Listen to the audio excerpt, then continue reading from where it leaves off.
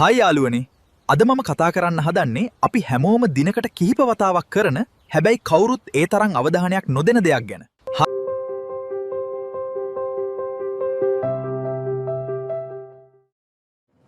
ඒ තමයි අපි බොන වතුර. ඔයාලා කවදා හරි හිතලා තියෙනවද අපි බොන මේ ටැප් වතුරේ ඉන අර අමුතු සැර ගඳ ගැන? සමහර දවස්වලට වතුර වීදුරුවක් බොන්න ගන්නකොටම නහයට එන්නේ මාරම සැරක්. අන්න ඒක තමයි ක්ලෝරින්. ගොඩක් අය හිතන්නේ ක්ලෝරින් දැම්මම වතුර පිරිසිදුයි, ඒක බීවට ප්‍රශ්නයක් නැහැ කියලා. හැබැයි අද වීඩියෝ එකකින් මම ඔයාලට කියලා දෙන්නවා ක්ලෝරින් කියන්නේ ඇත්තටම මොකක්ද? ඒක අපේ ඇඟ ඇතුලේ මොන වගේ සෙල්ලමක්ද කරන්නේ? සහ මේකින් බේරෙන්න අපට කරන්න පුළුවන් දේවල් මොනවද කියලා. අපි මුලින්ම බලමු ඇයි වතුරට මේවා දාන්නේ කියලා. මීට අවුරුදු 100කට විතර කලින් ලෝකේ මිනිස්සු දහස් ගණනින් මැරුණ කොලරාව, උණසන්නිපාතය වගේ රෝග නිසා. ඒ හැම දෙයකටම හේතුව වුණේ වතුරේ හිටපු විෂ බීජ.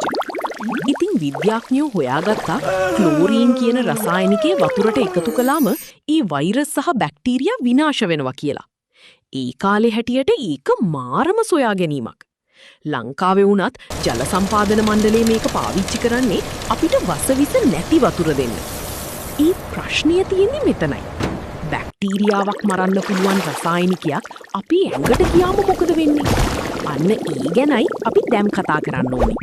පිටත ඉන්න විෂ බීජ මරන්න දාපු දේ ඔයාගේ ඇඟ ඇතුලේ ඉන්න හොඳ බැක්ටීරියා ටිකට මොනව කරයිද?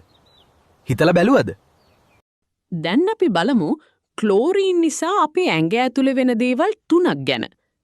පළවෙනි දේ තමයි අපේ ගට් හෙල්ත් එක. අපේ බඩවැල් ඇතුලේ හොඳ බැක්ටීරියා බිලියන ගණනක් ඉන්නවා. මේවා තමයි අපි ප්‍රතිශක්තිකරණ පද්ධතිය හදන්නේ. ක්ලෝරින් කියන්නේ නැචරල් ඇන්ටිබයොටික් එකක් වගේ දෙයක්. වතුරේ ඉන්න නරක බැක්ටීරියා මරනවා වගේම අපි බඩ ඇතුලේ ඉන්න හොඳ බැක්ටීරියා ටිකත් මේ ක්ලෝරින් නිසා විනාශ වෙන්න පුළුවන්. ඒකෙන් වෙන්නේ අපේ ආහාර ජීර්ණය දුර්වල වෙන එක සහ ඉක්මනින් ලෙඩ රෝගවලට ගොදුරු වෙන එක. දෙවැනි දේ තමයි සම සහ හිසකෙස්.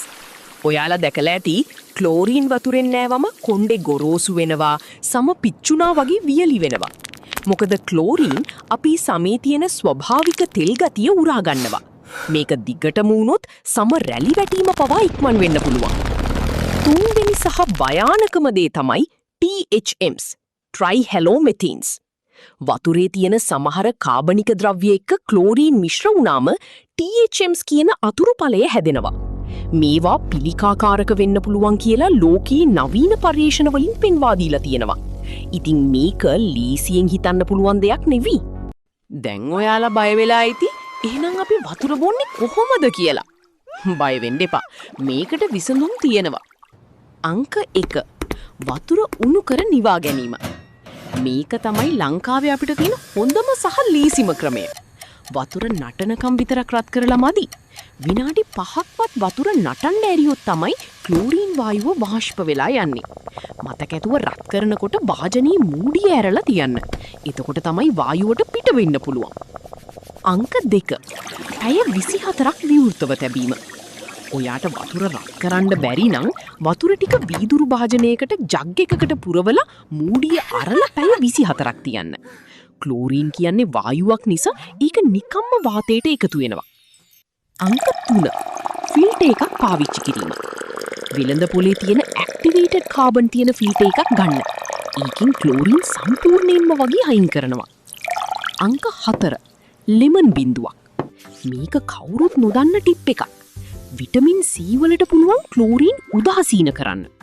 ඔයා බොන වතුර වීදුරුවට ලෙමන් බින්දුවක් හෝ දෙකක් එකතු කළොත් ක්ලෝරින් වල බලපෑම ගොඩක් අඩු වෙනවා. ඉතින් අද මම කතා කරපු දේවල් වලින් ඔයාලා යමක් ඉගෙන ගන්න ඇති කියලා හිතනවා. ක්ලෝරින් කියන්නේ අපේ වතුර පිරිසිදු කරන්න පාවිච්චි කරන දෙයක් වුණත් ඒක අපේ ඇඟ ඇතුළට යන එක ඒ තරම් හොඳ නැහැ. ඒ නිසා පුළුවන් හැම වෙලාවකම වතුර ටික උණු කරලා නිවාගෙන බොන්න පුරුදු වෙන්න. ඔයාලට මේ ගැන තියෙන ප්‍රශ්න පහලින් කමෙන්ට් කරන්න. වීඩියෝ එක වැදගත් කියලා හිතෙනවා නම් ඔයාගේ යාළුවන්ටත් බලන්න ෂෙයා කරන්න. මතක තියාගන්න. ඇසට නොපෙනෙන දේ තමයි වඩාල්ම භයානක. ඊළඟ වීඩියෝ එකෙන් හමුවෙමු. එතෙක් අවධානයෙන් ඉන්න.